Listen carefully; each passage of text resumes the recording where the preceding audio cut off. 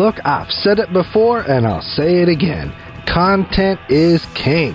So if you have some content you need created, hit up iopvideo.com. Video production, podcasting, you name it, we can do it. iopvideo.com. We make things look pretty.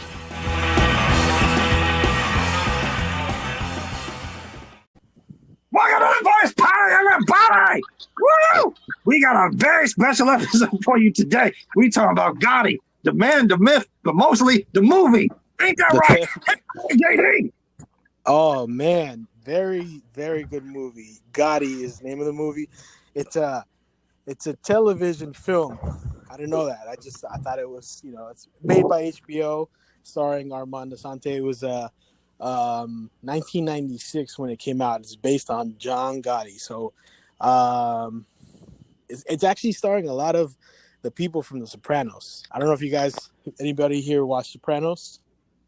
I haven't. Okay. Well, they have, I don't know what year The Sopranos started to be exact. Joaquin?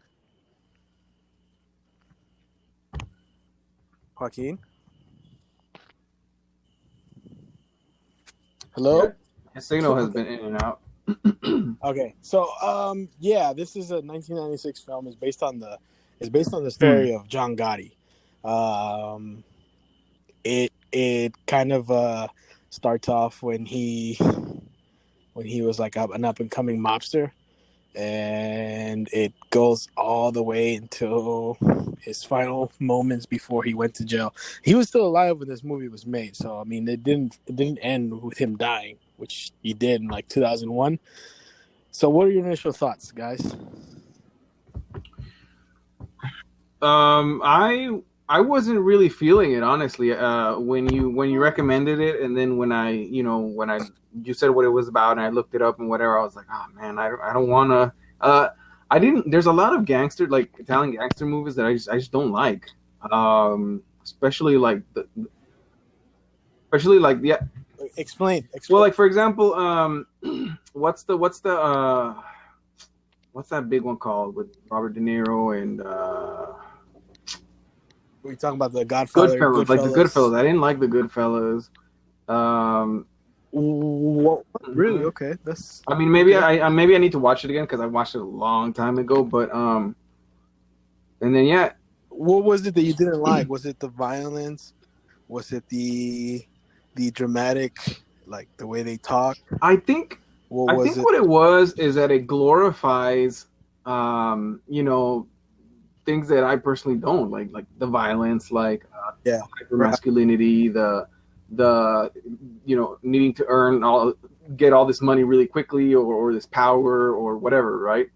And there are there's a handful of gangster movies that are some of my favorite movies, but in general, I tend to not like gangster movies. It's funny you said that because I feel like this one didn't glorify it. It actually kind of felt dark and eerie, and it felt like, like you don't want to be involved with these motherfuckers. The other movies, like the Scorsese films, especially, it does seem to be glorified, and they almost like make them look cool, like they make them look cool. The reason I heard about this film is because I watched interviews with this guy, Michael Francis, who has a lot of interviews available right now online, and they asked him like, oh, what mob films, because he wasn't alive. Mm-hmm. He's out of jail now, and he's everyone that wanted to kill him is dead. So he's just kind of like sharing real stories from back in those days. And they asked him like, what's one of the most realistic movies, mob movies? And he's like, Godfather, nah. The Goodfellas a little bit, but a lot of that was Hollywooded out, And he said this is like the closest to the real thing that like any movie's ever done. And that whole story was interesting to me, and I had never seen this film, and this like kind of got it all. They got it all right, where it was not so much about, they didn't glorify the money making, because you didn't really see money being made like in other movies, like in Scarface, or you didn't really see that. It was more of the interpersonal stuff. There was a lot of acting, Mm-hmm. that's why I loved it. Like the beginning, that monologue at the beginning, I felt like that's one of the best. Damn, that's a really good fucking monologue. The way he's talking about, you know, the downfall of the mob. Yeah. It was, yeah. I mean, acting wise, even acting wise, you didn't like it. You weren't feeling No, it. honestly, I thought he was great. I haven't seen what's his name, Armand Assante. Wait, What's his name? The protagonist. Armand Assante. Yeah. So I've seen him in a handful. He's fucking good. He is. He's really good in this. I'd seen him in just a couple of things. I saw him in I think it was a made-for-TV series about the Trojan Wars, and I didn't like it. I didn't like. Yeah. I guess you know what I'm talking about. Does a lot. Yeah, I guess he does a lot of TV films. He was in American Gangster with what's his name? Denzel Washington. Denzel Washington. Yeah.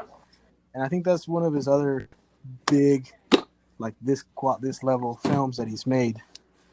Because this wasn't that big. This was actually like it went under everybody's nose. But well, let me just say that I think made-for-TV movies don't get the credit they deserve. I think that we tend to kind of stick our noses up when we know that it's a TV movie. In fact, yeah, and I think sometimes they don't have to play by the same rules that because you know, for the most part, if you watch 10 Hollywood movies, like they all have to play by the same rules, right? They all have to sell as many tickets. They all have to feature famous actors. They all have to push some kind of product in the movie. Yeah. Whereas made-for-TV movies, at least at the time, I think television has kind of caught up with the big productions of Hollywood now. But at the time, like they didn't have to do that, right? And they didn't have the budget of a Hollywood movie, so they have to make up for things like that with simply just story. And I think this movie does it really well.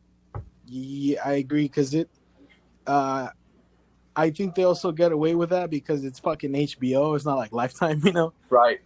Because again, they had like good quality actors. I don't know if you remember the big guy who dies. I don't know if any of you recognize. That's Anthony Quinn. He's this Mexican actor. Oh, is he? Yeah, I didn't know that. Yeah, he's like the mentor, no? The underboss. Yeah. He had played mobsters in other films, but he's fucking Mexican from Mexico. Like, no way. Yeah, he just picked up. And also, have you guys seen American Me? I need to watch that one. Okay. Well, remember the guy in this movie, the guy that played Sammy the Bull Gravano, who was the you watched it, right? I watched Gotti. Yeah. Okay. So the guy that played Sammy the Bull Gravano, like this is what I mean by good acting. That dude, his name is William Forsythe. You've seen him in other movies, I'm sure. He's in the movie Blue Streak. You remember Blue Streak? I don't know if you ever watched that. I didn't watch it. No. Okay.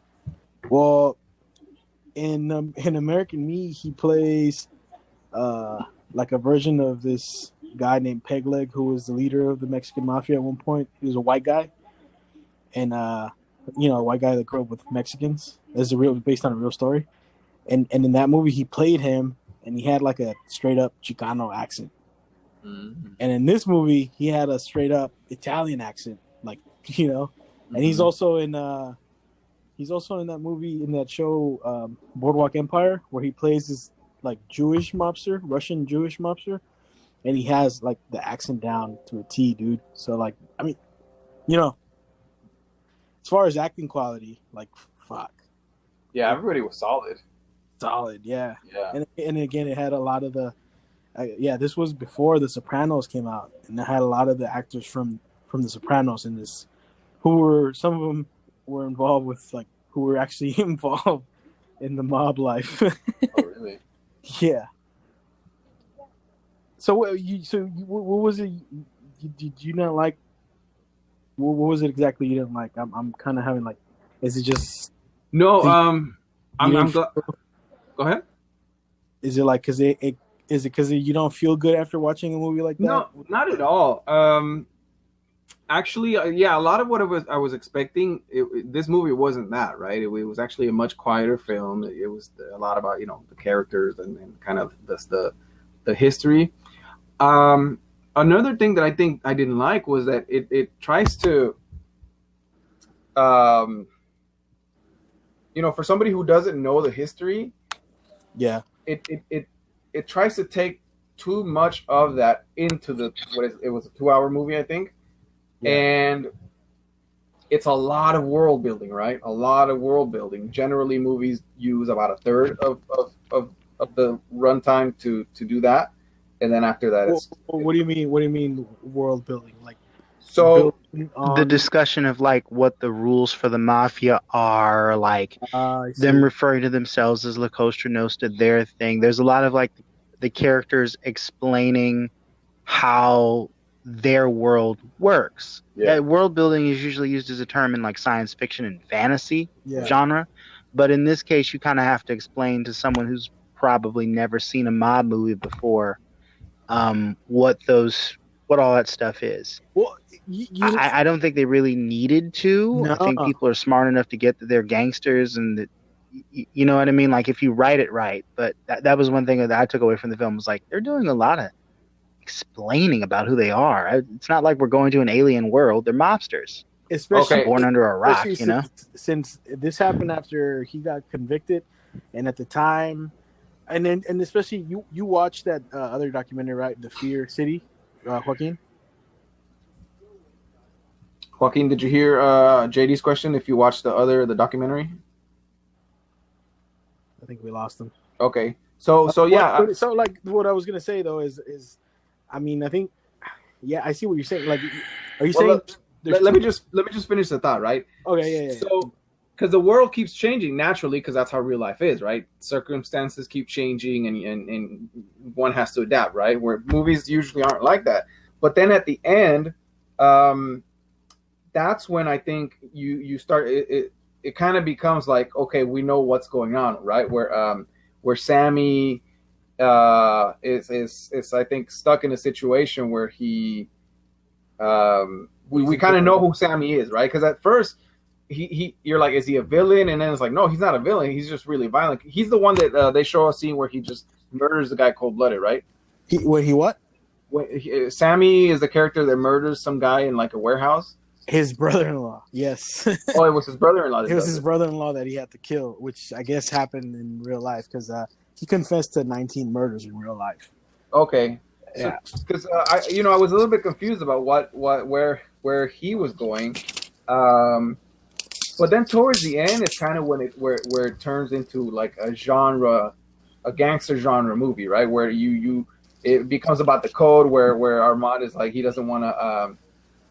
It's about the family and this and that, and then there's a lot of kind of a conflict between Sammy and Gotti, because Sammy has to basically rat on him.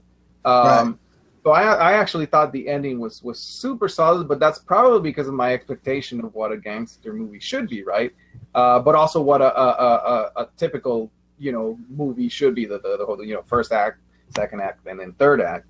I think that was kind of hard for me. Maybe if you understand the history, which if you watched it in 1996, you would be more familiar with the history than somebody. Right, because at the time this was a big story. This is like fucking Tiger King, that whole.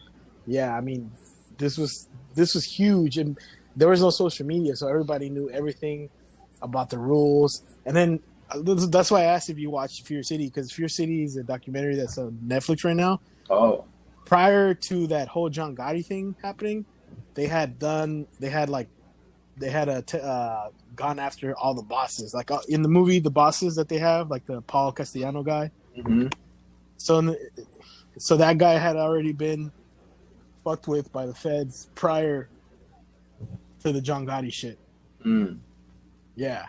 So just to finish up, I actually like the ending so much that it got me in a mood to watch other Italian gangster movies. And really?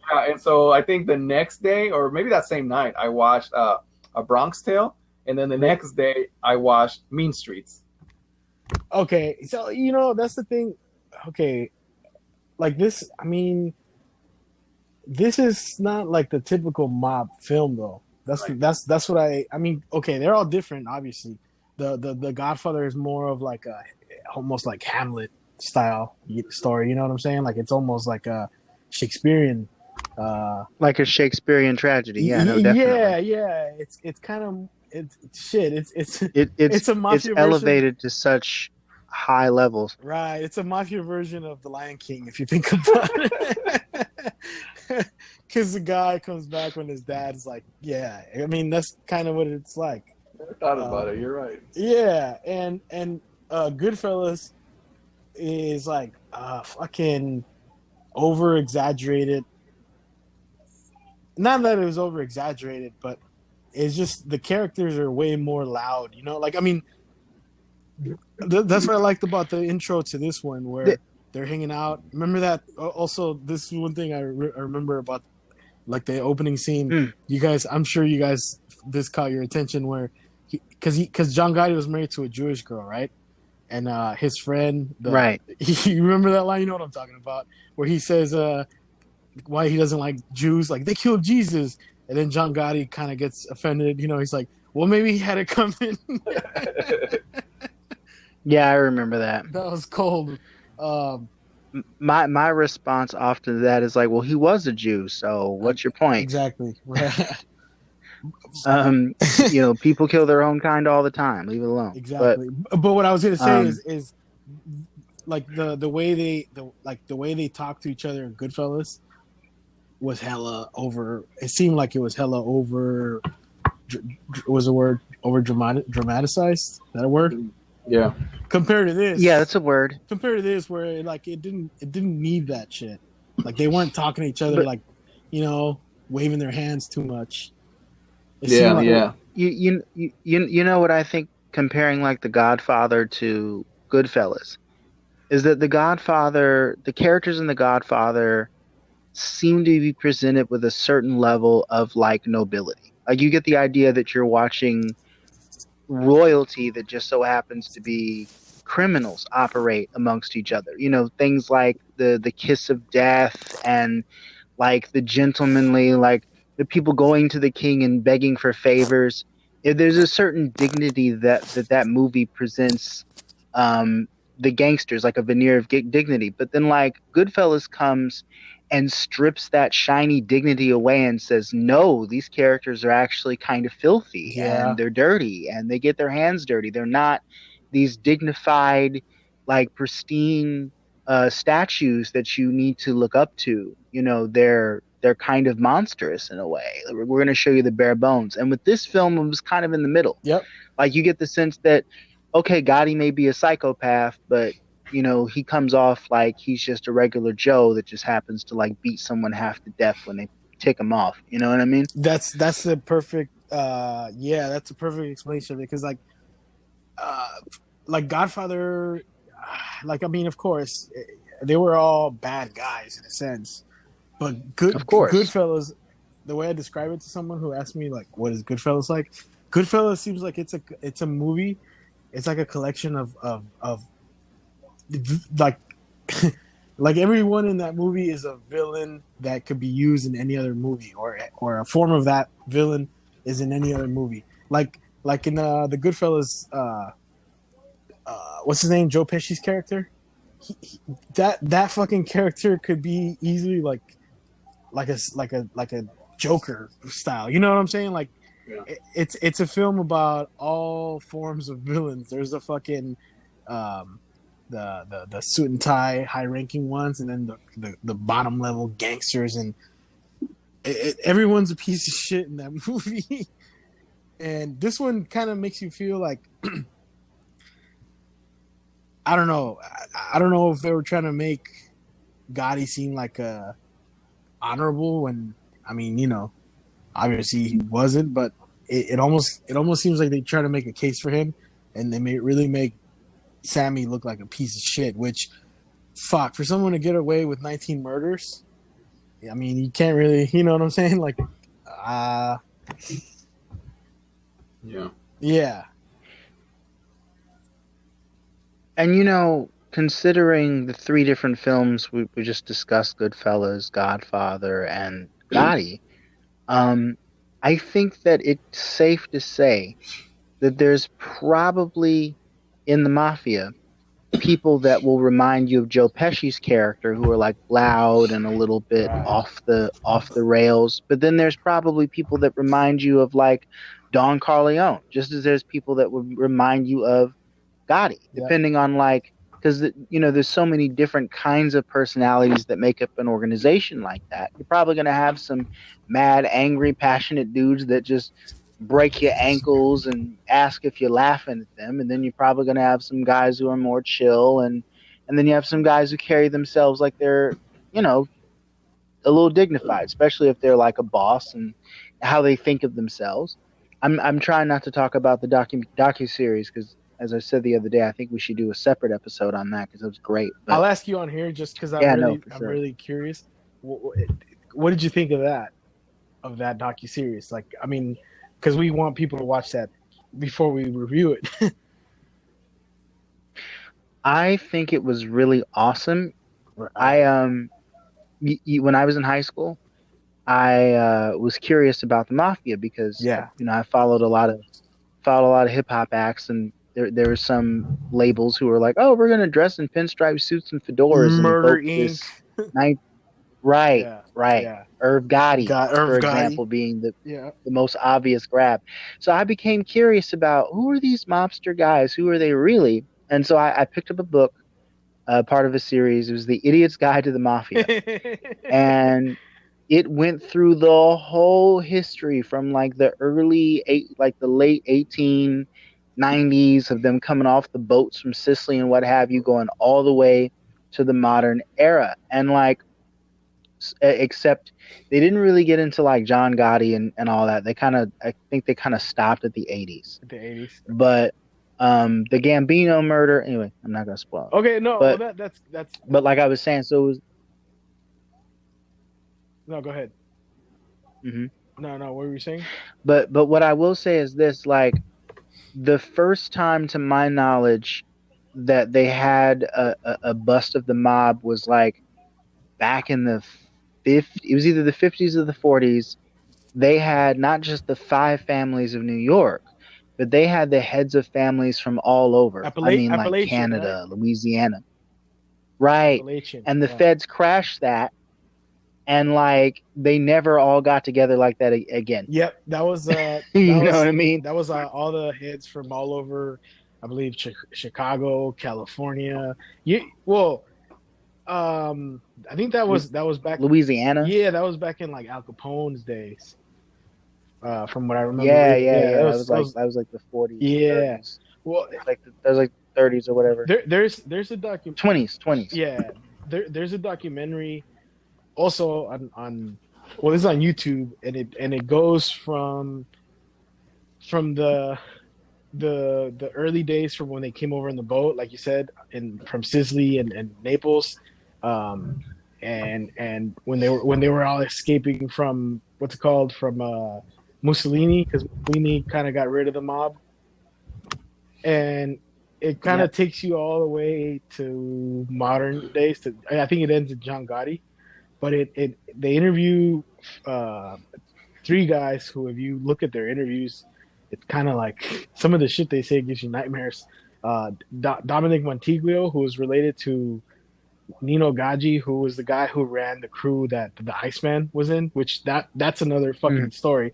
It's crazy when you hear all these mob stories, because they're all fucking connected, and they're all like, essentially they're all fucking serial killers. Like that guy was in charge of the crew who was connected to the Iceman, who was Roy DeMeo's crew, and they made a film. I mean, it's crazy how fucking. I mean, like in this movie Gotti, in the first scene when they go, I mean, not to spoil, but we're fucking reviewing it or whatever. When they kill that guy at the bar, when they fuck up the hit, and you like, just instead of following the orders. Because they killed the wrong guy, right? They weren't supposed to. They were supposed to take a guy out, shoot him, but then they went and shot him in public instead. Yeah, which was not, and that was enough to get for him to want to kill him, just because of that, because he like literally shot the guy right next to him, which was a pretty stupid move. But it was just what I like about those type of things, how different. Like, you can never get away with that shit nowadays. Yeah. Huh? Yeah. So all of that was true. That scene was true. A lot of a lot of the film was based on real. According to, like I said, I don't know if you were here earlier when I said this, Joaquin. The Michael Francis, they asked him like what mob movie is more realistic, and he said that this film is one of the most realistic mob films that he's ever seen. And I mean, like I said, like The Godfather. Well, essentially, the first Godfather is the one that's more Shakespearean. I don't know if you guys know why, but Why? The leader of the Colombo, I think his name is Joe Colombo, the Colombo family, which is one of the 5 families in New York. He edited a lot of shit from the script out. Really? Yeah. Just because you wanted to? He edited the word mafia out completely. In the first Godfather. Yeah, he got the script. He got a hold of the script, and he looked at it and he edited out a lot of stuff that was in it. I believe because in the second one they actually used the word Cosa Nostra, which they didn't fucking do that in the first one, nor did they mention the mafia. So a lot of the stuff was edited out because I mean the movie The Godfather is based on real shit. I mean, there's a lot of real stuff in it. Like I don't know, you guys seen The Godfather, right? Yeah, I have. When the guy Mo Green, the guy that gets shot in the eye, that was Bugsy Siegel. That's exactly how Bugsy Siegel died, and he was like ripping off the mob, so that's why they killed him. And that's kind of how it played out in the film. So like a lot of shit was changed, a lot of the names were changed, a lot of Don Corleone's based on a combination of Carlo Gambino, which this is the family in the movie Gotti, and also what's his name, who was the leader of the Genovese family. Like it's all based on real shit. But yeah, he actually looked at that script and he every time the word mafia was mentioned, he took it out, which is interesting because I'm sure that later on it was completely different because now you had like real mob guys helping like Scorsese, because when Scorsese made Goodfellas, like it was a whole different. I mean, he had literally had people working on it, which it's weird because if you hear about the story of American Me, a lot of people got killed. A lot of the people that came to help the directors with the film, since they're really secretive. Like a lot of the people who dropped out from the Mexican mafia, who came to consult the directors, they were all murdered. I think about 11 people were murdered. For exposing secrets or what? Yeah, for exposing secrets and for giving them info. Because a lot of, again, that also a lot of it is based on real stories. So, but anyways, based on like what I've heard on interviews with like the John Gotti Jr. and Sammy just got out of prison 2 years ago. I don't know if you guys know that. Oh, I didn't know that. That fucking monster's out, dude. He's free, basically. I mean, if you've seen the movie, he confessed to 19 murders, right? But that's just the 19 murders that they had. I mean, right. I'm pretty sure he had, like I said, to countless. You guys, yeah, that guy was like Frank Castle, but working for the mob, straight up. Like that's from what they said about him. And he was dead shot. Yes, exactly. That's Floyd Lawton. Yes. And how did? Oh, sorry. Go ahead. No, go ahead. How did John Gotti die? He died of cancer in prison. So the way it turned out in the movie is exactly how it was in real life. The reason they call John Gotti the Teflon Don. You know what Teflon is, right? Isn't that like a? It's bulletproof material. It's bulletproof material.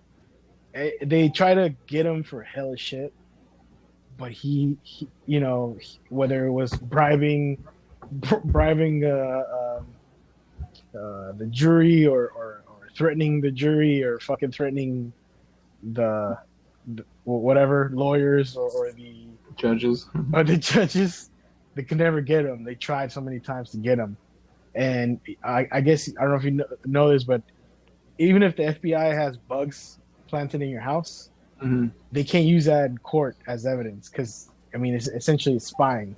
Right. So even though they had a lot of this shit on him, and there's if you since we talked about eventually reviewing Fear City, I think it'd be interesting for listeners to go check that out. It's on Netflix. Is that another Oh gangster heck movie? yeah! It's a documentary, but it so like most mob documentaries, it usually deals with like the mob members who are still alive to talk about it. This one talks a lot about the FBI agents who bugged them, or the the people who who like Tells their side of the story. Yeah, their perspective. Yes, which is fucking crazy. I mean, Now you said Gotti died of cancer, right? yes, he did. In What prison. year? I believe 2001. 2001 or 2000. He didn't. He was they eventually got something good on him, and whatever they were getting him for also was gonna drag like a lot of the Gambino family as well. And one of the major ones was Sammy, but Sammy was the one that turned on, because he was going to get a reduced sentence if he rolled on John Gotti. And 20 years, right? Yeah, 20 something years. Yeah. So for 19 murders, that's what I don't get about the justice system. Like, this dude admitted to 19 murders, but because he snitched on his friend who they really wanted because he had a lot of influence and power, they're like, he's worth putting out, into this. And then he's fucking free right now. I think he was released again a few years back, like maybe 10 years back, but he got involved in ecstasy selling ecstasy. And then he went back in jail for that. Sammy? Yeah. And rule number 1 was no dealing drugs. So, oh yeah. I mean, granted, he's no longer in the mob, but still, I expected Sammy to be more disciplined than that. Oh well. Well, I don't think any of them were I think they were all fucking drug pushers, dude. Like, that's the thing that they all said. They especially in Gotti's crew, his whole crew was pushing. Yeah, they were all pushing. It wasn't. It's crazy because the Iceman, his crew was also big time pushers. I don't know if you guys caught this in the film, but because John Gotti's crew was getting shit for dealing heroin, but then they said, what's his name? Paul Castellano was like, but he's getting a shitload of money from Roy DeMille, Roy DeMille was the Iceman's boss. Mm-hmm. Yeah, well, that's another story that's interesting. I don't know if you guys have heard of the Iceman. Yeah, you told me. Yeah, I saw that movie starring Michael Shannon. Really good fucking movie. Really good movie. Which that was also a guy that was connected with the Gambino crew. And he killed, according to him, he killed over 200 people. And he was called the Iceman, not like he was ice cold or whatever. He was called the Iceman because when he would kill somebody, he would take the body and freeze it, and then he would when he would dump out the body for it to be discovered, he actually I don't know if you guys know this, but if the body's frozen when it's found and thawed out, when it starts to thaw out, they can't tell when the person died. Really? So yeah, so that's why he did that, so that you don't know when he died. So he worked for the DeMeo crew, which was like one of the scariest crews to this day, one of the scariest crews in the mob ever, which was led by Roy DeMeo. They which I actually have a book about that crew. That was also a Gambino crew. They had this thing where if they wanted to kill you, like if anyone in the mob needed someone killed, they would hit them up and they would just invite you to their bar, the Gemini Lounge in I believe Brooklyn. They would just invite you to that lounge. You would show up to the lounge and they'd invite you to the back. You go to the back, they shoot you in the head. It was called the Gemini method. They would shoot you in the head. They would hang you by your feet upside down in the bathtub, slit your throat, wait 45 minutes for your blood to come out in those 45 minutes and for you to die. Then they would chop you up and they would take you to like three or four different dumps dump sites because Butchers. No, the dump, like the trash dumps. Oh, okay. And so there was about like 10 guys in that crew, and the Iceman was one of them. The Iceman is the most well known. So what they were saying is, if this guy had like 200, imagine how many these other guys had, because the Iceman is the only one they knew about.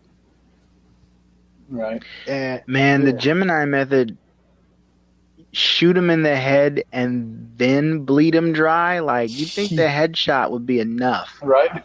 Well, because they were gonna court him. And you know what's crazy about it? Of course. There was a guy. There's this guy. His name's Dominic Montiglio. He actually, he was the nephew of Nino Gaggi, who was also in the Gambino, the same crew as Gotti. And he was there. There's interviews with him. He was there when they were doing some of this, and he said it was the most disturbing thing because he said he saw more. He was in Vietnam, but he saw more violence with that crew than he did when he was in Vietnam.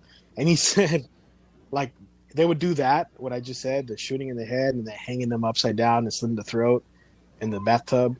And then they would all go to the kitchen and eat food and like hang out like buddies.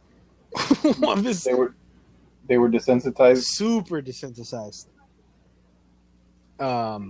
So anyways, that whole crew. There was this documentary I was watching, which I wish they would have touched on that in this film, because that story itself is interesting too. Like, it's crazy that these two things were happening at the same time in the same crew with John Gotti, but eventually Roy DeMille got taken out. And I don't think, you know how in the movie that John Gotti makes a move on the boss and he gets the boss assassinated? John Gotti's crew. I don't think it would have been easy. I don't think it would have been as easy for them to take them out if that other crew was still around, which that itself would have been an interesting thing, because eventually Roy DeMille was taken out before they killed Paul Castellano. So there's like rumors that supposedly John Gotti first took out, he went and took out the other, the big muscle first before he took out the boss, which I mean, that, like I said, that I always say this, like, it would have been a good, but they do have essentially their own movie. Like you said, the Iceman, that's a good watch if anyone's interested in the mob style movies. Okay, I know, Gaspar, you said what you didn't like about it, but it kind of falls into a genre thing. You didn't like that about this film. It was a genre thing overall. What about you, Joaquin? I'll tell you, on the one hand, I actually watched it twice, because my first view through, I was like, man, this is so made for TV. 1996, it's screaming, I'm made for TV. Watch me, because there's nothing else on. It's crazy because that's HBO, but yes, I see what you're saying. But then, like, when I watched it again, I was like, okay, these guys are acting fairly natural. They're not over the top passionate like the pieces of garbage human beings in Goodfellas. I'm not saying they were terrible actors. They're amazing actors. They did their job well, but they're supposed to be playing off as human trash, and they do it well. And they're also not the overly dignified, like, presentation of the Godfather, as I mentioned earlier. And I was like, oh, this is a very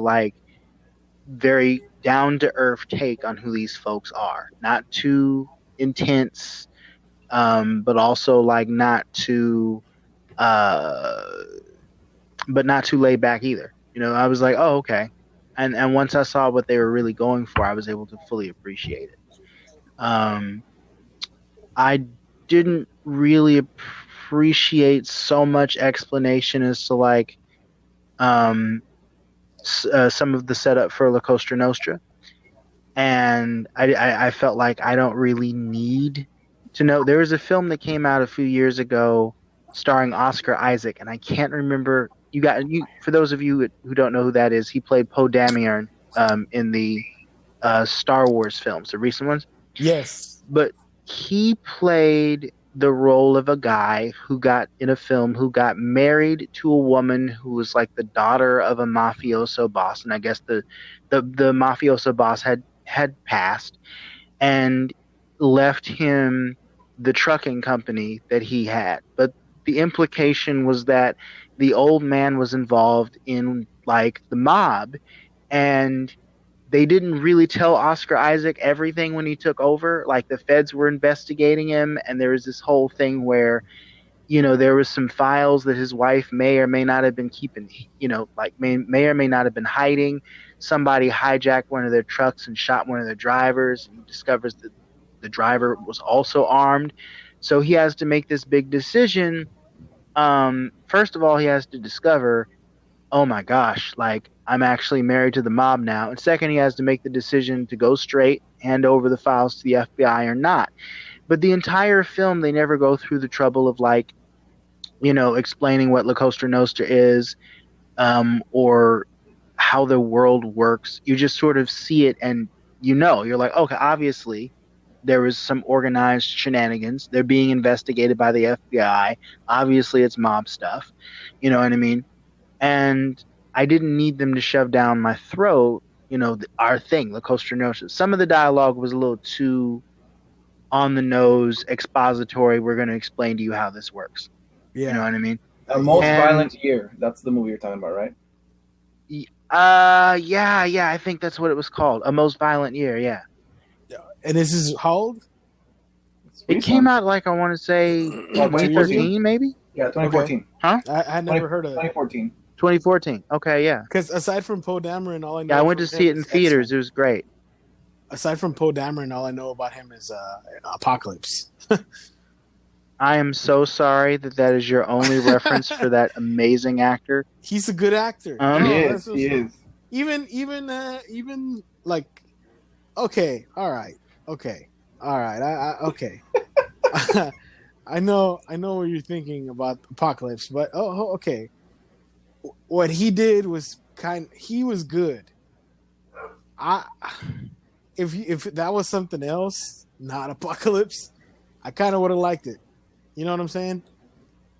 It was almost like, but it was almost like he just was the mummy. Was like, where's Brendan Fraser? I mean, where's Brendan Fraser? Yeah, I just kind of think that they made a lot of mistakes with Apocalypse's character. I don't think casting Oscar Isaac was a mistake. I think that the writing and the direction was a mistake. Yeah, but I think he could have been a dope Insaba Noor if they wrote it well enough. Yeah, but okay, going back to the Gotti thing, the Most Violent Year in the movie. But no, seriously, like if you have time, JD, I will definitely check that out. I'll definitely check it out. Now that you guys are mentioning this, all right, I didn't really notice the explaining as much because I didn't mind it. I guess that's what I'm saying. But yeah, like I don't. It makes sense though. It makes sense when you think about it. It makes sense, but yeah. But now that you guys point that out, it kind of fucks it up because, like for real, if they were in this shit together, they're not gonna be explaining shit like that. I don't know. Yeah, like if they were in real life, they wouldn't be just like talking to each other like this is the first time they've ever talked about it. Like exactly. The reason that like Goodfellas does this well is because the narrator is explaining it to us because the narrator expects us not to know. Right. But like the two characters actually like talking about how everything works, I just kind of feel like, I let it pass for science fiction and fantasy because I'm like, okay, you have a challenge to fill a lot of information as simply as you can into a 2-hour movie. And sometimes it's just easier to put it all in exposition because you may not trust your audience, right? Right. But for something like this, I definitely feel like, yo, man, show don't tell. Yeah, I see what you're saying. Because, with the way their dialogue was, you didn't need to do that. Because the dialogue was very natural. It sounded like, what I liked about it was I heard John Gotti tapes when he was being bugged. They have the clips when he was being bugged of him talking to his crew and putting hits out, and then also when he was talking to his daughter in prison, like they have the recordings of that. So the way this guy portrayed it on film, I mean, I would, if you guys are interested, go check out the voice recordings of John Gotti, and then listen to the way the guy portrayed him on film. Is uncanny, dude. Like that motherfucker did his homework. And no doubt. He did a fucking the guy that played job. John Gotti was a standout in this. I agree. Fuck. That was a good performance. I mean, for a fucking TV movie, fuck. I'm telling you, TV movies don't get the credit they deserve. Straight up. Yeah. And this was definitely, I believe, one of them, because like I said, the star power in this was and I don't know if you were here when I said this earlier, but a lot of these guys eventually went on to be in The Sopranos, because The Sopranos was like 3 years after this. So there was another thing generally in a movies are concise, right? Like classical Hollywood is concise, 90 minutes, 2 hours, and in a movie, so the main character has a flaw, right? And the movie it's up to it. Through that movie, the character has to overcome the flaw, right? The character is going to go through all these like barriers and whatever that test that flaw, and at the end, they either get over it, they improve, or not, right? Gotti's flaw in the movie was that he was like very kind of arrogant, right? Very much he wanted to be kind of a star, and they tell him, "Hey, you can't do that; you're going to get caught." But that flaw doesn't come out, I felt, till like halfway through the movie. And so when I don't think so, because I think his thing was he just didn't follow the rules. It's not that he didn't follow the rules for whatever. Right. I think he was that front and center, bro. Like even from the very, very beginning, he wasn't allowed to kill another guy in the mob without permission, and he did it anyways. Like when his friend was telling him, you know, but the plot justifies it. That's the thing. If the plot didn't justify it, then I don't know. I would have seen it that way. But he was justified all along. That's what I mean. Is like I see what you're saying. Oh, yeah. Why? Okay, I see. Because like usually when this sort of thing is done well, the plot would not justify the flaw. That's what makes it stand out better as a flaw when it's like that character didn't need to do that. That character did that because he's a dick. You know what I mean? Yeah. Yeah. And let me be clear. I'm happy for movies to break rules. So I don't want to hold it against it. I do want to be clear that this is just something that kind of bothered me. But so there's I see what you're saying. There's no flaw at all in him. It comes out at the end, which usually movies tell you right away. Especially, what do you mean? What do you mean by it comes out at the end, though?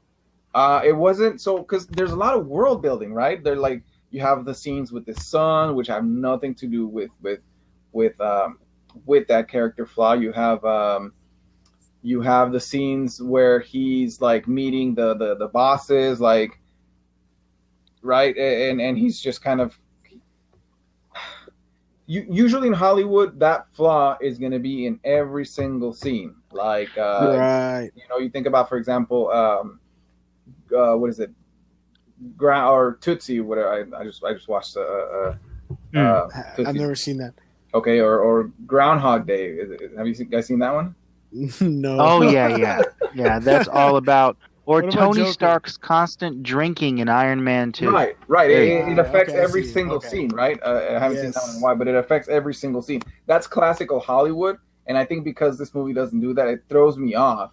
But I don't know. Maybe if if you watch it in 1996 and you watch it with commercial, or although actually HBO. No, HBO. You're right. HBO. But you watch it in 1996, you know all the story. It's when it's meant for that. It's like okay, I at least forgive it. But I think those were some issues I had as I was watching it, it doesn't turn into a classical Hollywood till the end, which throws me off. I think maybe if I watch more of those movies, I would kind of start to get the flow. But the thing is, well, don't forget, unlike Godfather, for example, this film like, because Godfather is mostly, a lot of it is fictional. Yeah, you have some things pulled from real events, but they're not shackled to someone's real life. Gotti, however, is a biopic. And the thing about someone's real life is it doesn't always follow. Our lives really don't follow a screenplay. Right. You know how there's usually like conflict and you've got the climax, the resolution. Like our lives are usually just like this constant stream with a bunch of bumps and stuff, but nothing ever really gets resolved cleanly. And granted, I mean, you know, in the end, spoiler alert, you know, close your ears off. Gotti does, you know, go to jail, and that is a resolution to his story. It's they still, forever and a day, they still had to, the filmmaker still chose, I think, to stick to as close to his real life story as they could, and that doesn't always bring in room to bring in something manufactured, like let's every time we can show this one specific flaw. And I think that's one of those times where you can break that in a biopic if your mission is to be as accurate about the person's life as you can, you know. Yeah. I have a thought. I don't know. What if in this film, John Gotti himself is the flaw? You know what I'm saying? What? Like what if he himself good qualities? The character. No. But he was like the flaw to the Cosa Nostra. That's kind of how I saw him. Like he was the problem in this shit from the very beginning. You know, I mean, I don't know. I mean, because the movie does deal with the Cosa Nostra from like the beginning. Like it's all Cosa Nostra. Like, and they explain the fuck out of everything. So you like, okay, let's respect this thing. But this motherfucker from the very beginning, he's disrespecting the shit out of it, and he's going against the rules. Because they didn't just call him the Teflon Don; they also called him the Dapper Don. The Dapper Don, and that goes along with him having a projected public persona, and that's the problem. Like we're supposed to be on the under here, and here you are waving your mate and tail feathers in front of like the the camera carrying public, i.e. the press, i.e. the cops. He wanted to be another fucking Al Capone. Yes, he's a celebrity. Celebrity. Yeah, and that's what I'm saying. I mean, I look at it. Don't you see that as like he's the problem and the solution in the end was what happened to him? Because there's always a problem and then there's just the solutions at the end. That's like every fucking movie, even in the ones that are biopics. No, definitely. Yeah, because looking at it that way, he stands out a lot. Like everybody else is very, I mean, I don't want to say disciplined, but yeah. And he's the one that's like... Go ahead. So I guess in this case, we could say that the mob in this film was a character all in itself, and that Gotti was the flaw for that character. Okay. I mean, that may be a reach. I like that analysis. But there's a lot of explaining of the mob, and there's like, okay, different characters leave the mob, but there's always, you know... And even when John Gotti is in charge of one of the most powerful families in the movie, what happens? He disobeyed the mob. Like, one, he wasn't allowed to kill his boss. Two, he's in the fucking media.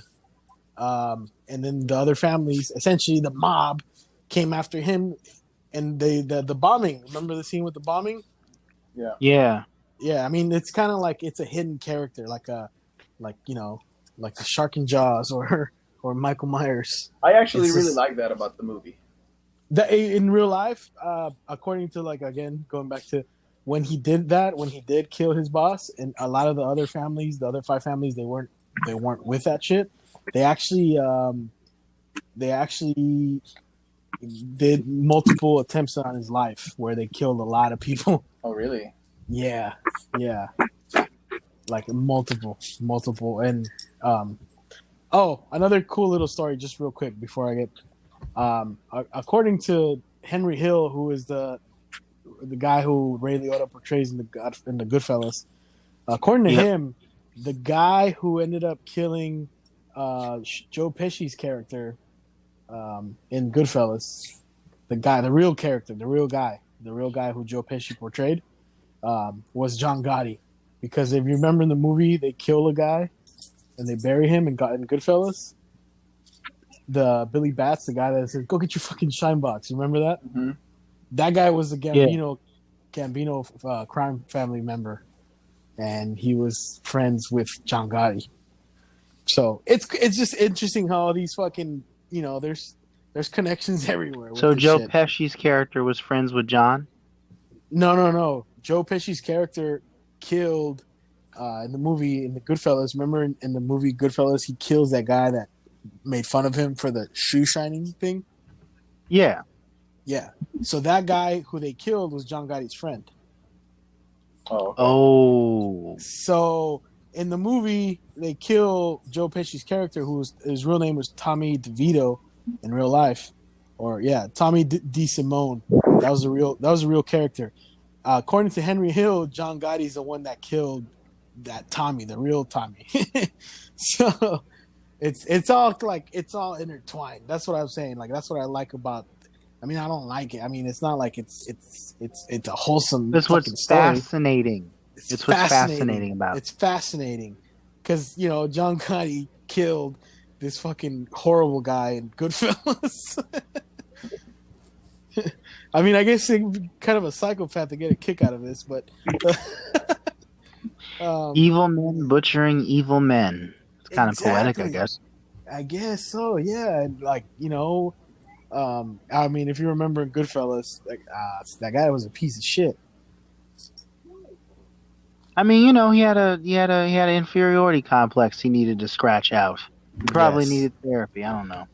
Like, no, you're not short, Tommy. You're fine. Oh, well, actually, the real life guy was actually like 6'4". Oh, well, screw him. That's how they mixed up that part. He was just a bully then. Never mind. Yeah, the Henry like again. Watched a lot of Henry Hill's interviews because I don't know if you know this about Henry Hill, but he became a chef after he went into what was it called when you go into hiding?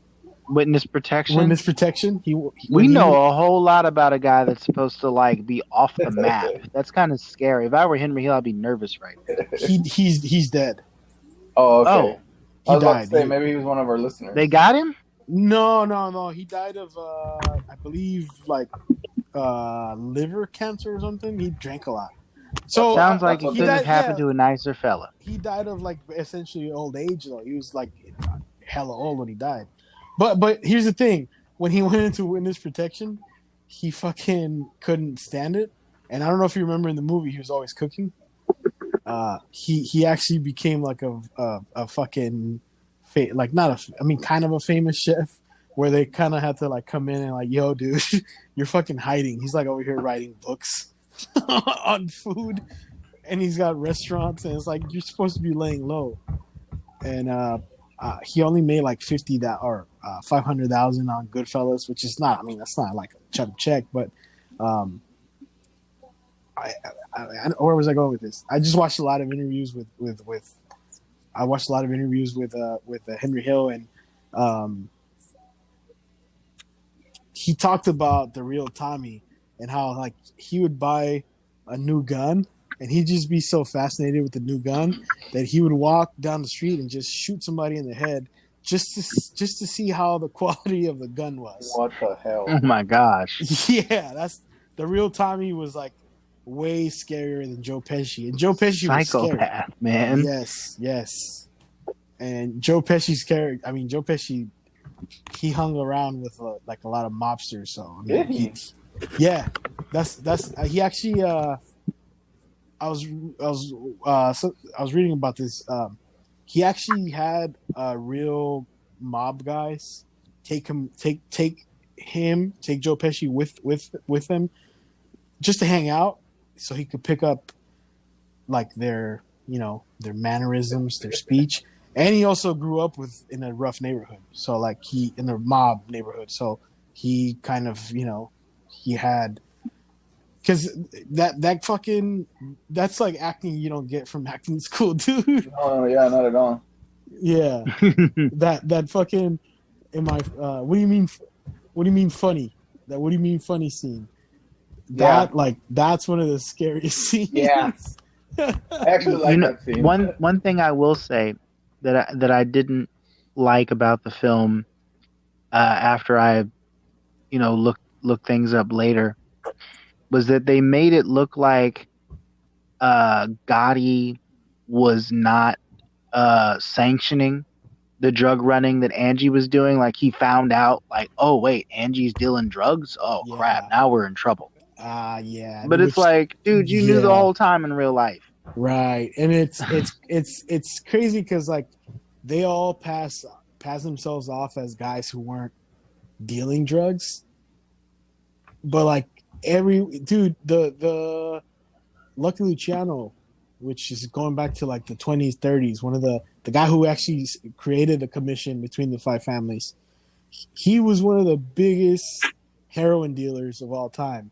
I mean, this is like the guy who started that whole shit, So, according to what's his face, Henry Hill in his interviews, like everyone dealt drugs. I mean, what if you're a criminal? Come on. Yeah, because what other revenue does a mafia have? Well, there's a lot. There's like what? Gambling, loan sharking, illegal gambling. Like, each family had their own thing. There's a ton of stuff. And you have to remember, before heroin and like crack and all that stuff hit the streets, they were like doing bootleg liquor when liquor was illegal in the United States. And then before that, they were doing loan sharking and illegal gambling and all that kind of stuff. So there's plenty of things that the mob now it seems like the mob has gotten so far into legitimate business, they probably don't have to do too much. I seem to remember, I don't know if you've heard this, JD, but did you there's a guy in New York who got killed a few months ago, and I think they said that he was a suspected leader of the Genovese family. That's what they're saying. And when I heard that, I was like, oh, they're still active? Okay. So do you want to know what I've heard that the mob is in charge of? What? And this is something I've heard from it's something I heard back in like 2014 from drug dealers that I used to. It was a long time ago. I wasn't involved. Business with? No, I didn't do business with them. But I just, they totally 100% controlled porn. The mob. Like, they control porn, where it's like a lot of it where you can just go on your phone and purchase stuff. Mm-hmm. That's like the thing they own. And obviously they've always had some influence over Las Vegas, mm-hmm. Or gambling, illegal gambling, that's a thing still, dude. Illegal gambling. That was like, aside from, back in the days when it was prohibition. Yeah. And it's funny because you said that, because I just earlier this year I watched Boardwalk Empire. It touches on a lot of real shit, and it's exactly what you said. Like the bootlegging was one of their main ones. Another thing that they also are big into. Well, it's gonna be funny, but when I worked at Chevron, apparently a lot of the bootleggers transition once it became legal. They transitioned from bootlegging and making their own whatever hooch.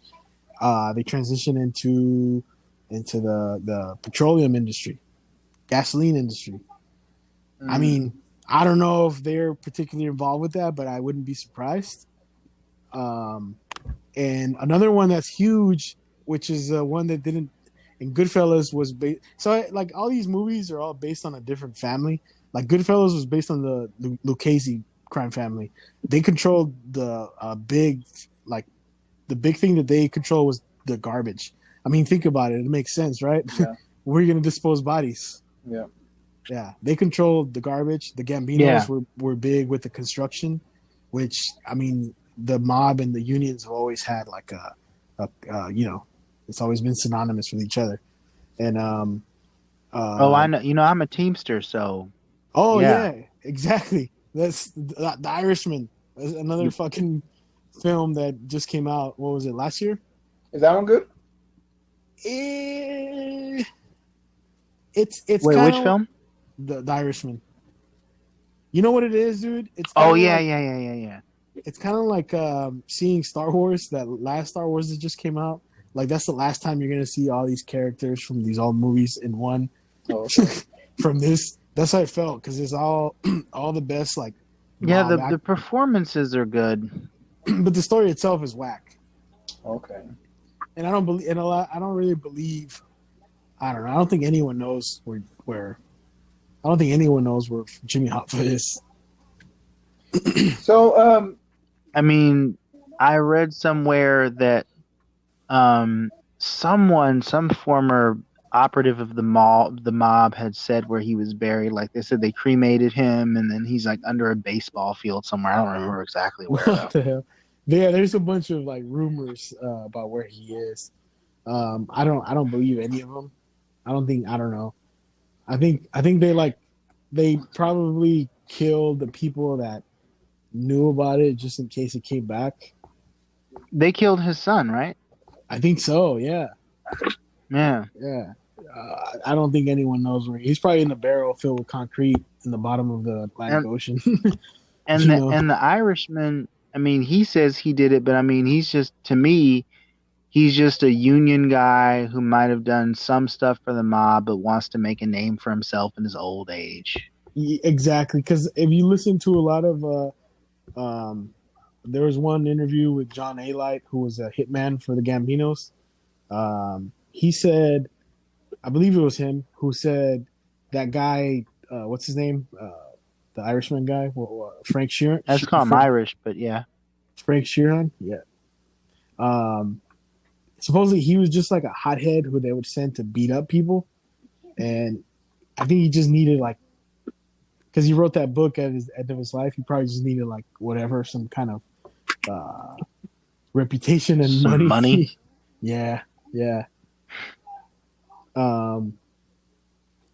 So yeah, I mean, another. I don't know if you guys have seen this, but since we're on the whole subject of mob movies, another movie that's on Netflix right now that's interesting and it's pretty good, man. It's also Al Pacino, but it's not his Godfather style acting. Is Donnie Brasco, which I think you've seen, right? I think that's probably my favorite gangster movie. I would say it's one of my favorite too, to be honest.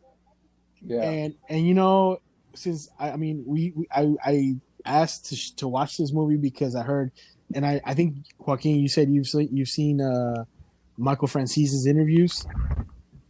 I've seen a bunch, yeah, like Vlad TV, Vanity Fair. He has made the rounds, man. He is very good for somebody who should be at least a little bit nervous about, like, you know, considering the fact that the mob isn't totally gone. He's definitely public, but then he's such a public figure. It's like, if he gets shot, it's not like we don't know who did it. You know what I'm saying? So I guess maybe they're like, it's not worth it. You know, killing Mikey. I don't know.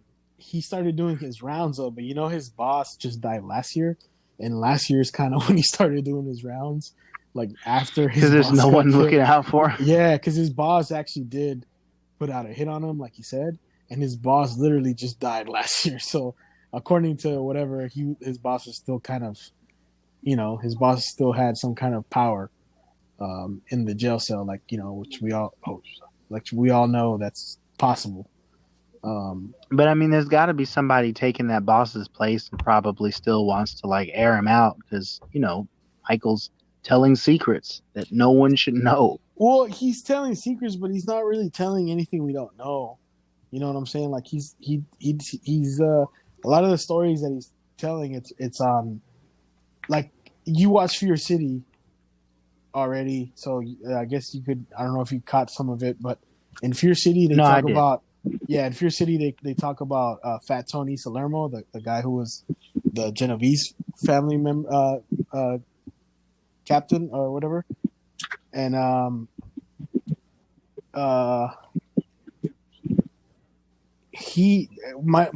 Michael Francis tells a lot of stories about him, which, I mean, you know, if they're dead, fuck it, you know.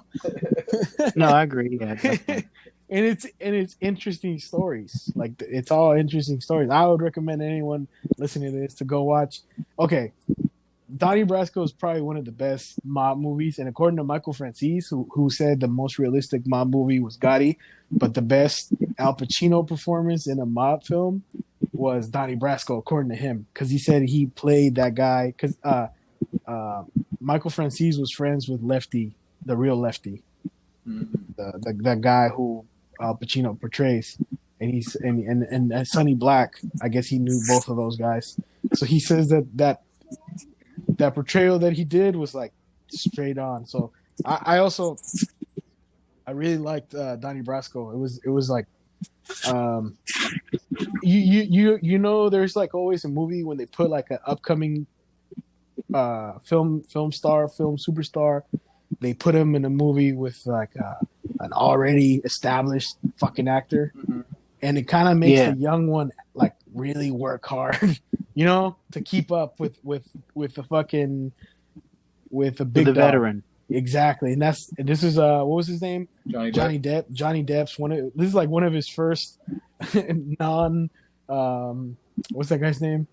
The guy he works with a lot. Tim Burton. One of his first non Tim Burton films. Yeah. And it's fucking, you know, I think at this point he had already done Godfather 1, 2, and 3, Serpico. Like, I mean, you know. Yeah, so anyways, it's always good to see like that kind of film, because this motherfucker has to, like, okay, one, you got to show that you still are fucking good, and they're gonna put you on someone who's hungry, and then this hungry motherfucker has to really work hard to be at the level of this other fucking bastard. So that's, I mean, aside from the whole mob story shit, that's really good fucking acting. Yeah, actually, that to me, that's Johnny Depp. I really like his acting in that movie a lot. I'm actually less familiar with Al Pacino, but it was really cool to see both of them, you know, being their characters. And actually, Johnny Depp's character transforms quite a bit in that movie, where he starts off as a cop, and then he totally becomes this like really hyper masculine gangster that later on he comes, and I think he yells at his wife or something like that. You know what's crazy about that real story? I mean, they kind of touched on that real story, because I actually seen an interview with the real Donnie Brasco, the Joe Pistone, the real guy. Yeah. Ooh. And yeah, it's a real interview with the real one, and he actually he was so good at being undercover that they were gonna initiate him to make him a made man in the mafia. Like, that's how good. Oh my gosh, that's so awesome. That is a trip, because they wanted to make him a made guy. Like, what would have happened had he like first ever undercover law enforcement to be a made guy? I think. Well, yeah, go ahead. They had to pull him out before they. Sorry, they had to pull him out before they did that. My dad, I remember telling me how I don't know if he was talking about the U.S. or Mexico, how like, I guess is it maybe you guys know more about this, a common thing where like a cop goes undercover, but it's like, you know, you start making a lot of money as a mafia member, and fuck that, I'm not going back. That's how I don't know if you guys are familiar with modern crime stories, but like the Los Zetas, which is like one of the biggest cartels in Mexico, one of the most ruthless. Yeah. They started off as a military group that they started to fight against the cartels, and then once they saw how much more money they made, they became hired guns for the Gulf cartel. And I guess you can't beat them. Join them. I guess it makes sense why eventually they were the most powerful. I guess it makes sense why our government pays its police force so well, right? Yeah, it knows what's and they still take bribes.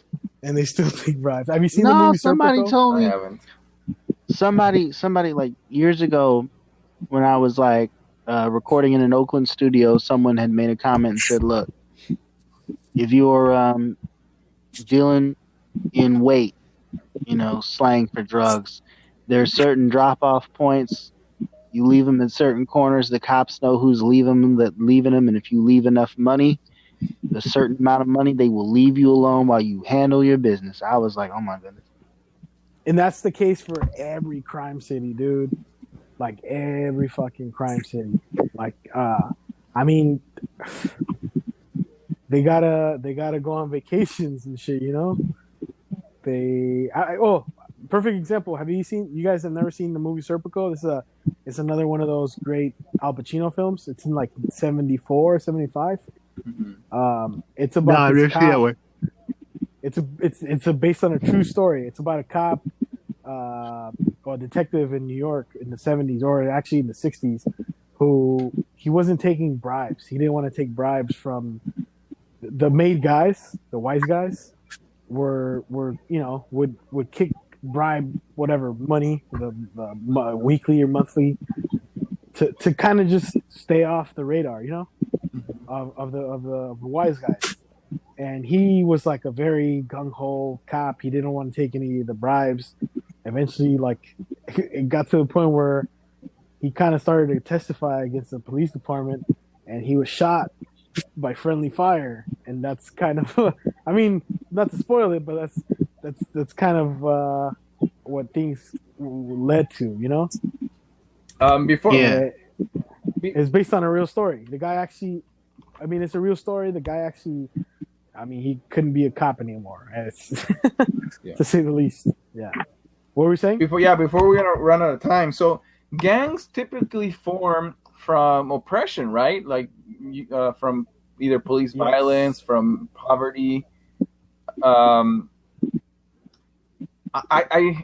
It's a shame that no movie. I don't know, the movies I've seen at least don't really explore that. It's like, yeah, they're the villains, but like, and I sorry about getting political, but like, there's a system in place that makes it so that these people, become this. And it's like, if you have a limited opportunity, if you're oppressed, whatever, like, what are you going to turn to? Something illegal, usually, right? Drug dealing or whatever. And then the other thing is, like, everything that we accuse these gangs of or mafias of doing, like, there are institutions, legal institutions, that do the same things to its population. For example, loan sharking.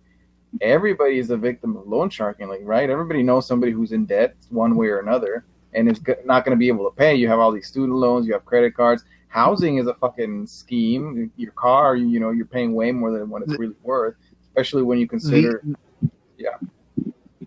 The only difference there is a difference between like the mafia style loan sharking and like checking to cash or whatever, or your average bank. And that's, if you don't pay the bank back, they don't break your legs and they don't kill you. Mafia breaks your legs and kills you. Yeah, and that's the problem. But that's for the people that don't pay. But for the people that do pay, which I imagine the majority of them do pay, there wouldn't be a difference, right? You're still kind of what's the term, a wage slave. I had to, anyways.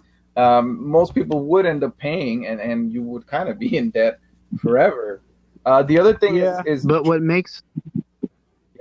makes them also insidious is you have situations where they go into, like, let's say your corner run grocery store, right? Mm-hmm. Run by a little old lady and her husband, and then you go in there and you say, hey, it's a nice place you got here. It's a rough neighborhood. Be a shame if somebody came through and broke a couple windows. Ain't that right, Rocco? And Rocco goes, yeah, boss. Breaks a window. Now, we can keep this from happening to you on a regular basis if you give us a bit of insurance money.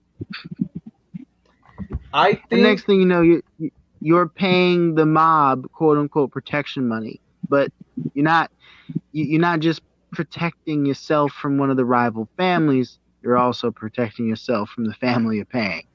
I think that we do that. We just don't do it. MS-13 does that a lot in LA to like little street vendors, like little, which is fucked up. Like those little vendors that sell fucking, those fucking corns and shit.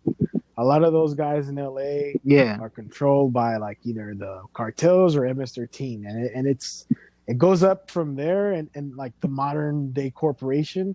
The modern day corporations kind of took a lot of what the mob created, because essentially, I mean, if you follow the origins of mob or criminal, whatever, or just mafia, if I'm not mistaken, you guys can correct me, but the origins are in China.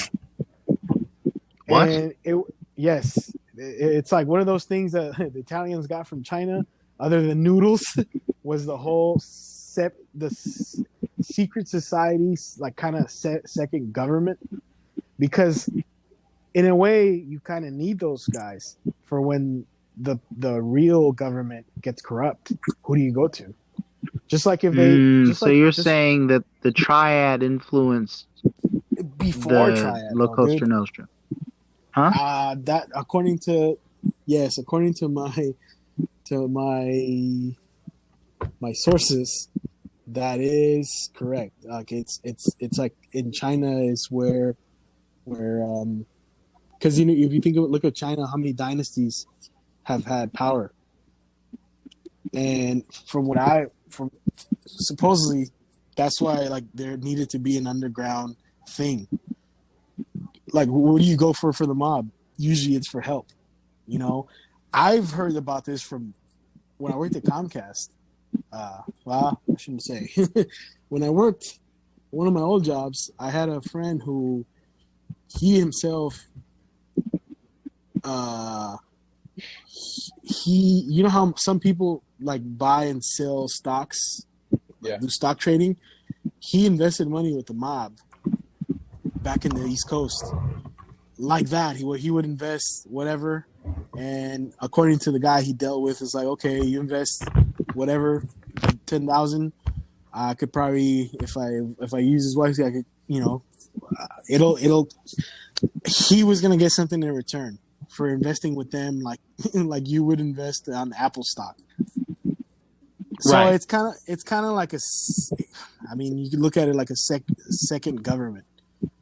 And that's why and you know, that's why they have to break your legs. Right, because they don't have the infrastructure to throw you in jail or right.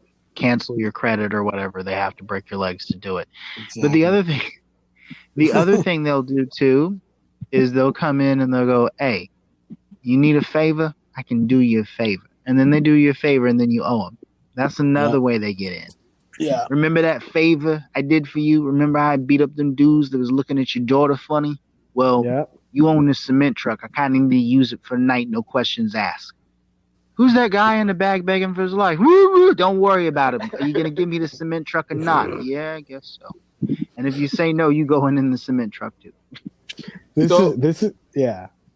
So we do the thing where it's like, you know, we don't extort shops run by little old ladies, but I think what we do is extort other countries for their resources, and then those countries are kind of, you know, submissive to the U.S. The other thing is drug dealing, right? The biggest drug dealers are the pharmaceuticals. There's way more people getting addicted to drugs legally.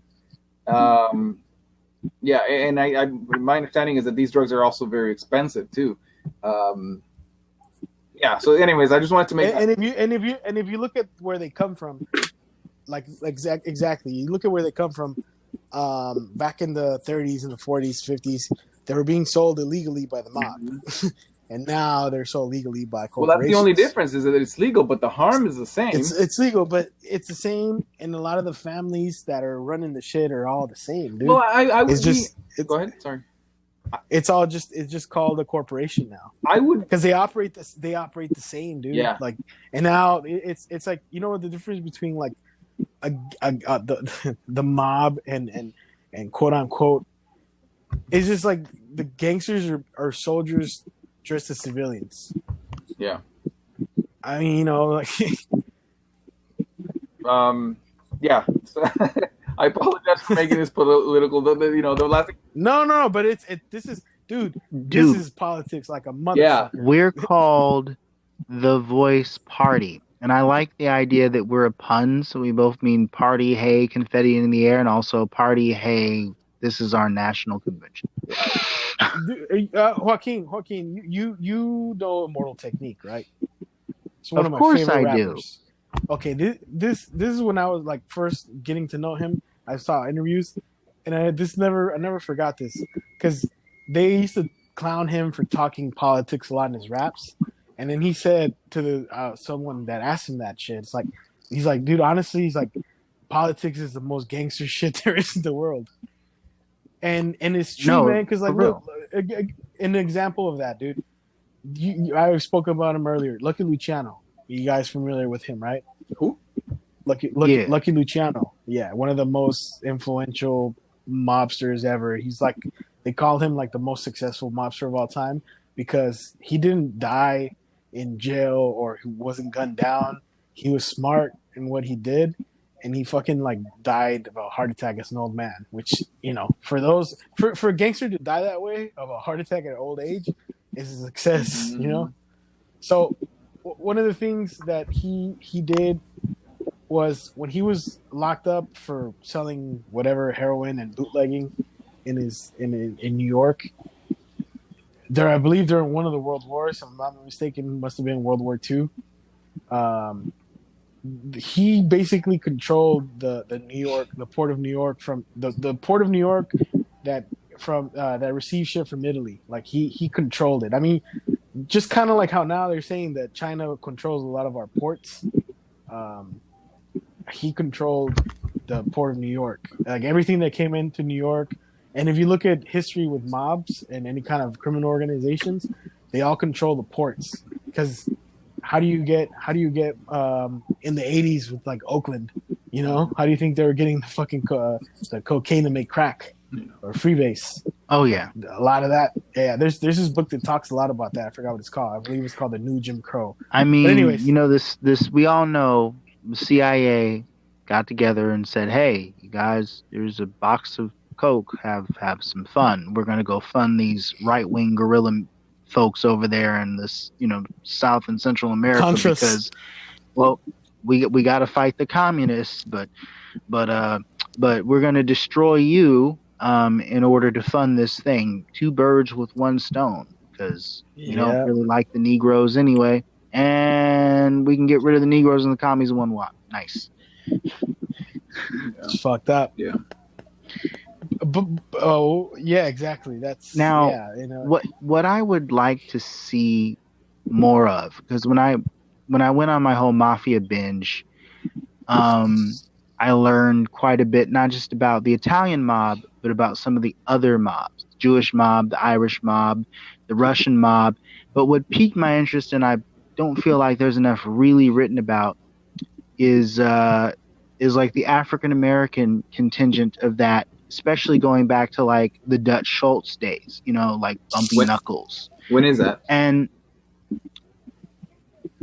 that's like 40s, Harlem 50s? Renaissance. Okay. No, it's late. It's later than the Harlem Renaissance. It was, 50s. No. Because Bumpy was like late 40s. Bumpy Schultz was is late. Before. Schultz is late 40s, American right? Gangster, right? I don't know.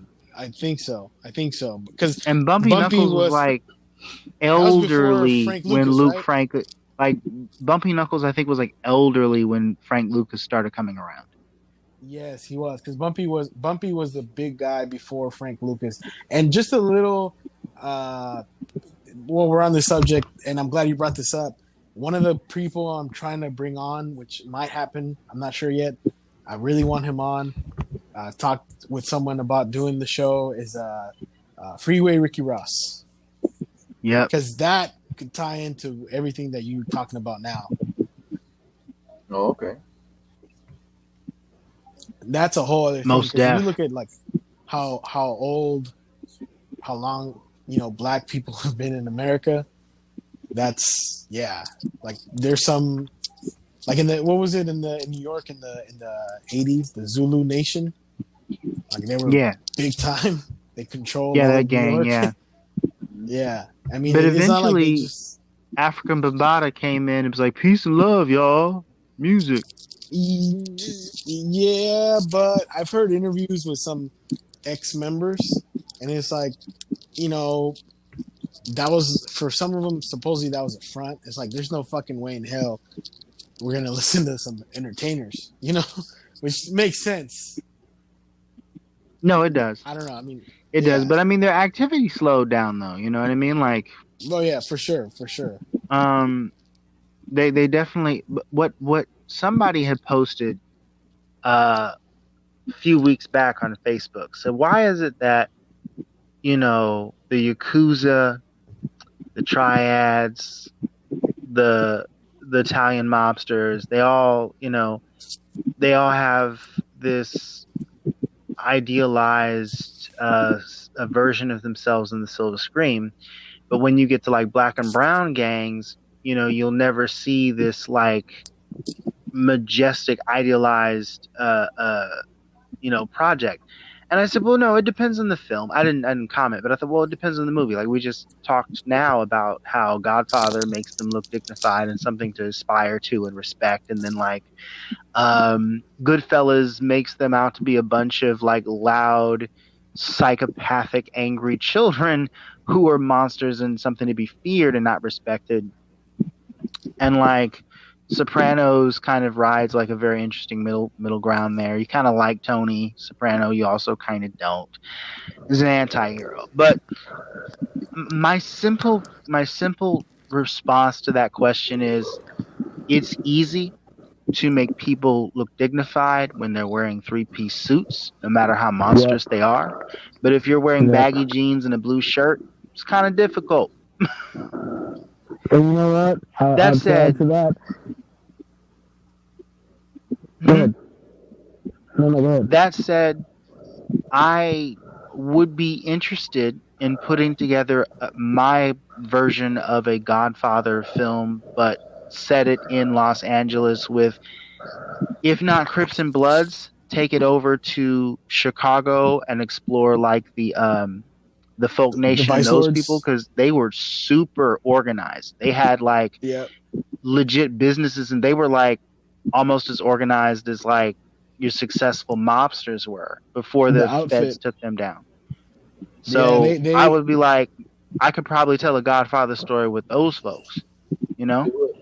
And you know what would make another an updated version of American Me, because American Me touches on the Mexican mafia's early days. You know, they started in a prison gang, but now it's too. Well, I think what we need is interview with this guy who became a whistleblower, because they had been like one of the most secretive organizations ever, and there was this guy. His name was Rene Boxer. His nickname was Boxer. It's interviews. He talks about the influence that there's only about 100 members of the Mexican mafia. Everyone else that you see with bald heads is just soldiers. There's only about 100 members, according to him. That's how organized it is. And they have like influence over judges in LA and and like a lot of legitimate businesses now. So back to what you're saying, like there's not a lot of films on that in like the brown and the black, whatever. Are there any that have a dignified black or brown gangster? No, not American Gangster, maybe, kind of, but not really. Yeah, but overall, we went off again, which is great. It's great because this we mentioned a lot of films that, you know, are kind of similar to this, and so I give this an 8 out of 10, maybe even a 9 out of 10.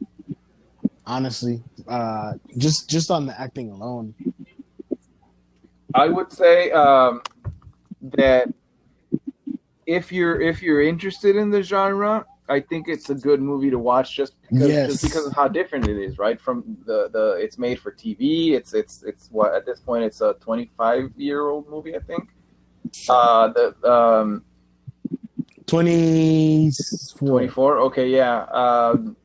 It's definitely one of those that I feel like if you want to flex your gangster movie knowledge, this would be the movie, right? Because everybody knows Goodfellas, Godfather. Like, this is a good movie, and it has enough good things about it that you can say, hey, this is a good movie, check it out, and then you know, and then talk about it. Yeah, that's how I would kind of qualify it. It's a I would call it a hidden gem, if you will. Yeah, definitely. JX. So I'll give you my rating real quick. I came into this discussion with a solid 7.5 rating. But after discussing the theory of the mob acting as a character within it, like a personified character, and then like Gotti being the character flaw that they have to deal with, it bumps it up to a 8.5 out of 10 for me, easy. That makes me forgive the early world building dialogue in the beginning of the film that I kind of hated so much. Now I'm like, oh, okay, no, I get it. Okay, that's fine. You know why I said that though? You know why I say that though about the personification of the Cosa Nostra is because from the very beginning, the monologue, which that's one of like I like the monologue. It's so intense and so well written. He kind of says you're gonna miss La Cosa Nostra because he talks about all the upcoming mobs that are coming up. Yeah, I like that line. And he says, yeah, and it's like how we are very organized and we keep to ourselves and we only kill ourselves. That's what he was kind of talking about. Like all these other gangs don't give a fuck. They'll kill your kids. They'll fucking, you know.